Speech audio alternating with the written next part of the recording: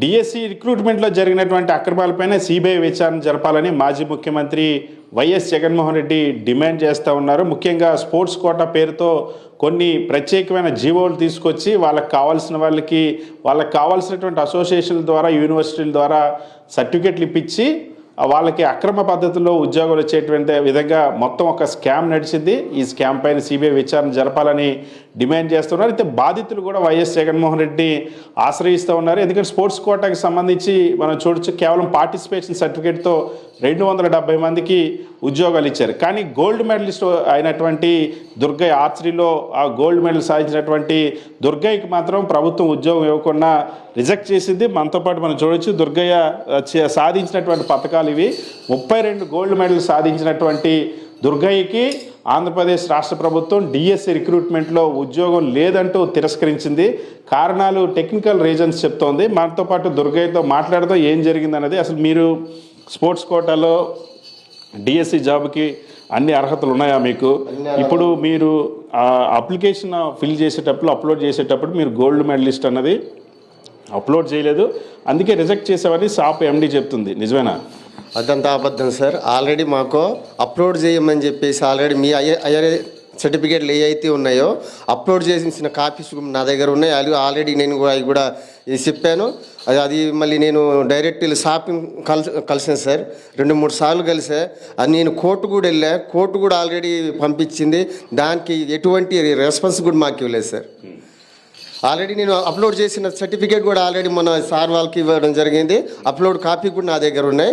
మాకు first 2 times వచ్చింది. Highest achievement ఏవైతే ఉన్నాయో అవి అప్లోడ్ చేయమని కూడా మాకు ఇచ్చారు. ఆల్రెడీ నేను అప్లోడ్ చేశా. కావాలంటే ఫస్ట్ స్టేట్ ఆడాలి, తర్వాత సీనియర్ నేషనల్ ఆడాలి, ఆ తర్వాత నేషనల్ గేమ్స్ ఆడతారు.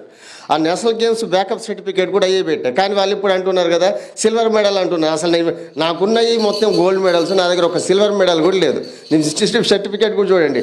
ఈ సర్టిఫికేట్లో నారా చంద్రబాబు నాయుడు గారు ఉన్నప్పుడు, సీఎం ఉన్నప్పుడు 2002లో హైదరాబాద్ను విశాఖపట్నంలో జరిగిన దాంట్లో నాకు గోల్డ్ మెడల్ ఇచ్చింది. ఐఏఎస్ అడ్మిట్ చేశా. మొన్న సిల్వర్ మెడల్ అంటారు. ఇప్పుడు పాస్ చేసిన వాళ్ళకి 3 పాస్ చేసిన వాళ్ళు ఉన్నారు, 3 బ్రాంజ్ మెడల్ వాళ్ళు ఉన్నారు నేషనల్ గేమ్స్, వాళ్ళకి ఇచ్చారు. నేను ఆల్రెడీ కోర్టుకి వెళ్తే కోర్టు కూడా ఆల్రెడీ ఇచ్చింది. ఆల్రెడీ క్యాండిడేట్కి ఇవ్వండి gold medal, national games gold medal కదా, జీవో వచ్చిన ప్రకారం ఒలింపిక్స్, వరల్డ్ కప్, తర్వాత నేషనల్ గేమ్స్ కదా, నేషనల్ గేమ్స్ తర్వాత సీనియర్స్ కదా అని చెప్పేసి అన్నారు. అయ్యే నేను సబ్మిట్ చేశాను సార్. అంటే మీరు ఏ మెడల్స్ మీరు సాధించారు? ఇప్పుడు మిగిలిన వాళ్ళకి జాబ్స్ వచ్చిన వాళ్ళందరినీ చూశారు కదా, వాళ్ళని చూసిన తర్వాత ఏం జరిగింది అనిపిస్తుంది డిఎస్సిలో? అంటే ఇవి అక్కడ ఏంటంటే సార్ ఆల్రెడీ నాకు వీడియో కూడా చూశారు కదా 15 లక్షలకి అని చెప్పేసి. అట్లాంటప్పుడు కనీసం ఇప్పుడు వరకు పిలిచి అక్కడ ఏం జరిగింది అన్నది లేదు. ఆల్రెడీ సర్టిఫికేట్ వెరిఫికేషన్కి వచ్చాను. వెరిఫికేషన్ తర్వాత సర్టిఫికేట్లు కూడా మొత్తం మళ్ళీ సెట్ ఉన్న సెట్ ఏ అయితే ఇచ్చానో ఆ సెట్ మొత్తం వాళ్ళకి సబ్మిట్ చేశాను. మళ్ళీ అప్లోడ్ చేయమన్నారు, మళ్ళీ అప్లోడ్ చేశాను. అయినా కూడా ఇంకా వాళ్ళు ఏమంటే ఒకటి రీజన్ ఉంటే ఒక రీజన్ చెప్పుతున్నారు. అట్లాంటప్పుడు మాలాంటి పేదలకు ఏడనాయం జరుగుతుంది సార్. అలా జరుగుతుందని చెప్పేసి మేము అటు కోర్టుకు వెళ్ళాల్సి వచ్చింది. ఇంకోటి మాకు 2016లో చంద్రబాబు నాయుడు గారు ఉన్నప్పుడు మాకు పోలవరం ముంపుకి వెళ్ళిపోయింది సార్.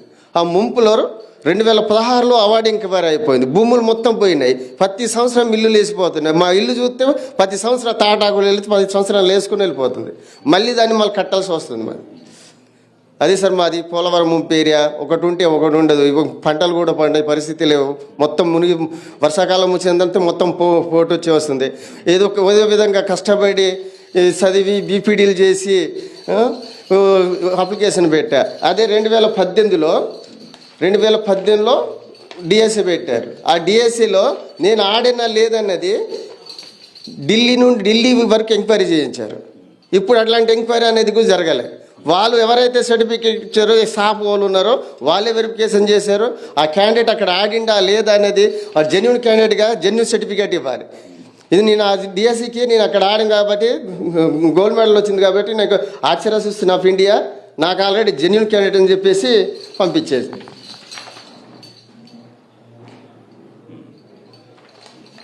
ఇప్పుడు మీకు జెన్యూనిటీ సర్టిఫికెట్ గతంలోనే ప్రభుత్వం ఇచ్చింది, ఆర్చరీ అసోసియేషన్ ఆఫ్ ఇండియా ఇచ్చింది.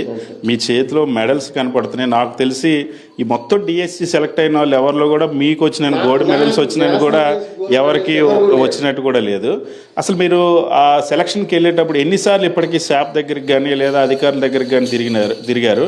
మీరు మొదట వాళ్ళు అబ్జెక్ట్ చేశారు, మీరు అప్లికేషన్ మళ్ళీ అప్లోడ్ చేయమని చెప్పారా? చెప్పిన తర్వాత మీరు చేశారా? ఆల్రెడీ అప్లోడ్ చేసాం సార్. ఫస్ట్ స్టార్టింగ్లో ఫోర్స్ సర్టిఫికేట్ ఏవైతే ఉన్నాయో ఏ లెవెల్ ఉన్నాయో అప్లోడ్ చేయమన్నారు. చేసిన తర్వాత మమ్మల్ని వెరిఫికేషన్ పిలిచారు. పిలిచిన తర్వాత మళ్ళీ మీ దగ్గర ఐఎస్ సర్టిఫికేట్లు ఉంటే మళ్ళీ అప్లోడ్ చేయమన్నారు. మళ్ళీ అప్లోడ్ చేసాం. అయినా మరి ఎటువంటి రెస్పాన్స్. లాస్ట్కి చూస్తే లిస్ట్లో పేరు లేదు. అంటే ఎందుకు ఆ రిజెక్షన్కి ఏం రీజన్ చెప్పారు మీకు? అసలు ఎటువంటి రీజన్ గురించి చెప్పలేము మాకు. అసలు నేను అటు కోర్టుకు వెళ్ళా, అది ఇట్లా జరిగిందని చెప్పి కోర్టుకు వెళ్ళా. 25వ తారీఖు ఇస్తానంటే నేను 24వ తారీఖు కోర్టు నుండి అది ఆర్డర్ తీసుకొచ్చి ఇచ్చా సార్. దాన్ని కూడా ఎటువంటి రీజన్ అంటే చెప్పలేము మాకు. రీజన్ ఇంతవరకు కూడా ఏం రాలేదు. మొన్న ఇది మళ్ళీ వచ్చి నేను ఇక్కడ కలిసిన తర్వాత మీడియా వచ్చింది కాబట్టి అవి ఏదో రీజన్ చెప్పుకొస్తున్నా, వేరే రీజన్. అంతకుముందు అదెందుకు మళ్ళీ చెప్పలేదు? ఆల్రెడీ ఇప్పుడు అప్లోడ్ చేసాను, ఇప్పుడు అప్లోడ్ చేశాను, అది కూడా పెట్టా. చంద్రబాబు నాయుడు గారికి కూడా మెయిల్ పెట్టా, ఇదే సార్ మీరు ఇచ్చిన సర్టిఫికేట్ సార్ అని మెయిల్ పెట్టా. లోకేష్ గారికి మెయిల్ పెట్టా, డిప్యూటీ సీఎం గారికి మెయిల్ పెట్టా, ఈ మన డిఎస్సి కన్వీనర్ గారికి మెయిల్ పెట్టా. కానీ మెయిల్ గందీని కానీ ఒక రెస్పాన్సిబిలిటీ రిప్లై కూడా ఏం రాలేదు సార్. ఇప్పుడు మొన్న మీరు ఆ జగన్మోహన్ రెడ్డి గారికి వచ్చి చెప్పిన తర్వాత మీరు శాప్ ఎండి ఏం మాట్లాడారో చూసే ఉంటారు. మేడం ప్రెస్ మీట్ పెట్టి చెప్పారు మీరని. ఆ తర్వాత ఏమైనా మిమ్మల్ని పిలిచి మాట్లాడడం కానీ మీకు ఏజెన్సీ కానీ ఏమైనా చెప్పారు? ఇంతవరకు ఇటువంటి అంత ప్రెస్ మీట్ వచ్చినా సార్ ఏమని నేను జెన్యున్ క్యాండిడేట్ అని ఇప్పుడు సర్టిఫికేట్ మొత్తం చూసి తర్వాత కొంతమంది ఏమందంటే ఈ ఫేక్ క్యాండిడేట్ అని చెప్పేసి మొహం ముద్ర గుట్టుకొని చేస్తున్నారు. అట్లాంటప్పుడు రండి నా దగ్గర జెన్యున్ క్యాండిడేట్ కాదనేది మీరు ముందు ఎంక్వైరీ చేయండి. ఇప్పుడున్న క్యాండిడేట్స్ జాబ్లు ఇచ్చారు కదా పాస్ చేసిన వాళ్ళకి, వాళ్ళు కూడా జెన్యున్ క్యాండిడేట్ లేదా అన్నది ముందు ఎంక్వైరీ చేయండి. ఎంక్వైరీ చేసిన తర్వాత ఎవరు జెన్యున్ క్యాండిడేట్ అన్నది అప్పుడు తెలుస్తారు. ఇంతవరకు మాకు ఎటువంటి రెస్పాన్సే లేదా అక్కడ నుండి. కోర్టు కూడా ఆల్రెడీ ఇచ్చింది సార్. కోర్టు కూడా ఇస్తే ఈ క్యాండిడేట్కి ఎందుకు ఇవ్వటాలేదని ఇచ్చారు.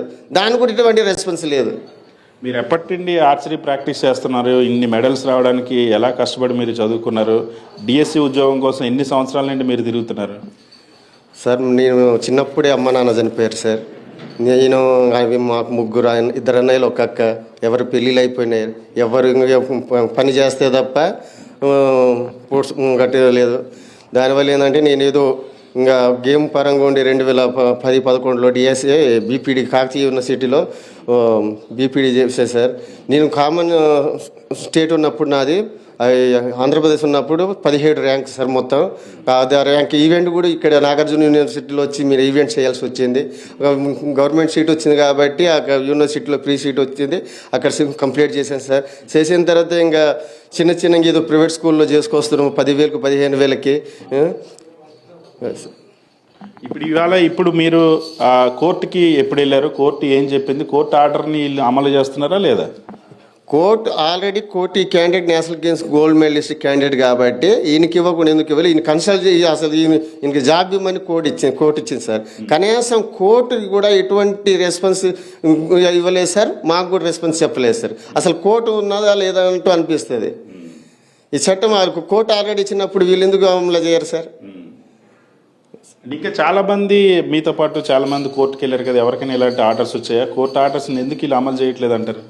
ఏమో మరి సార్. నేనైతే ఫస్ట్ 2 సార్లు వెళ్ళాను. 2 సార్లు తీసుకొచ్చి డైరెక్ట్ విసిఎండి వాళ్ళకి ఇచ్చాను. మళ్ళీ సెకండ్ సార్ 24వ తారీఖు కూడా 25 ఆర్డర్ వాళ్ళకి ఇస్తున్నారంటే 24వ తారీఖు మళ్ళీ నేను మళ్ళీ కోర్టుకి వెళ్ళి మళ్ళీ తీసుకొచ్చి ఇచ్చాను సార్. అది కూడా మన ఇక్కడ స్కూల్ ఎడ్యుకేషన్ కమిషనర్ గారికి ఇచ్చా. కనీసం ఎటువంటి ఇన్ఫర్మేషన్ లేదు సార్ నాకు. మొన్న ఈ న్యూస్ వచ్చింది కాబట్టి అది బయటకు వచ్చింది, లేకపోతే అది కూడా ఇది మేము కూడా వదిలేసేవాళ్ళం. ఇంతగా అనుకున్నా ఈ సర్టిఫికేట్ మొత్తం షాప్ ముందే కాలు పెడదాం అనుకున్నా. కాకపోతే కొంతమంది వద్దు అలా చేయకూడదు, మనం పోరాడదాం అంటే ఈ పోరాటానికి వచ్చాం సార్.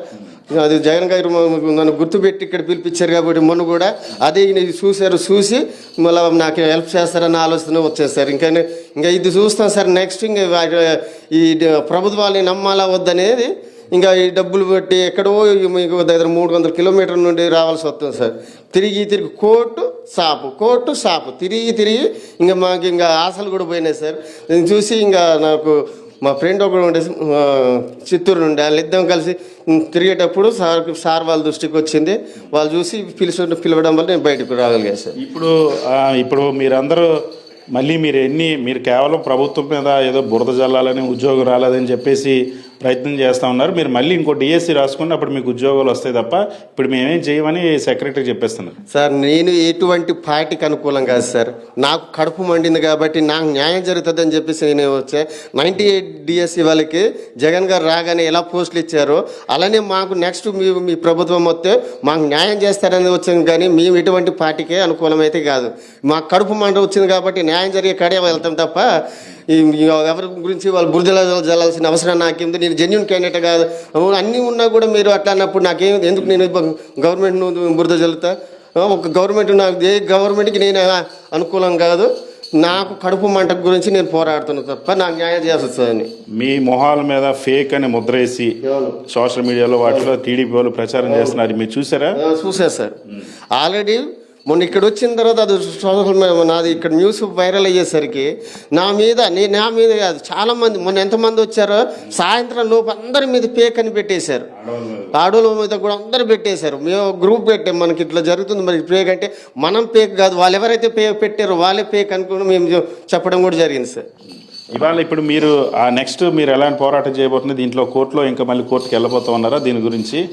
ఆల్రెడీ నేను కోర్టుకు అయితే ఇచ్చాను సార్. ఆ కోర్టుకు కూడా కేసు కూడా ఇంతవరకు రాలేదు.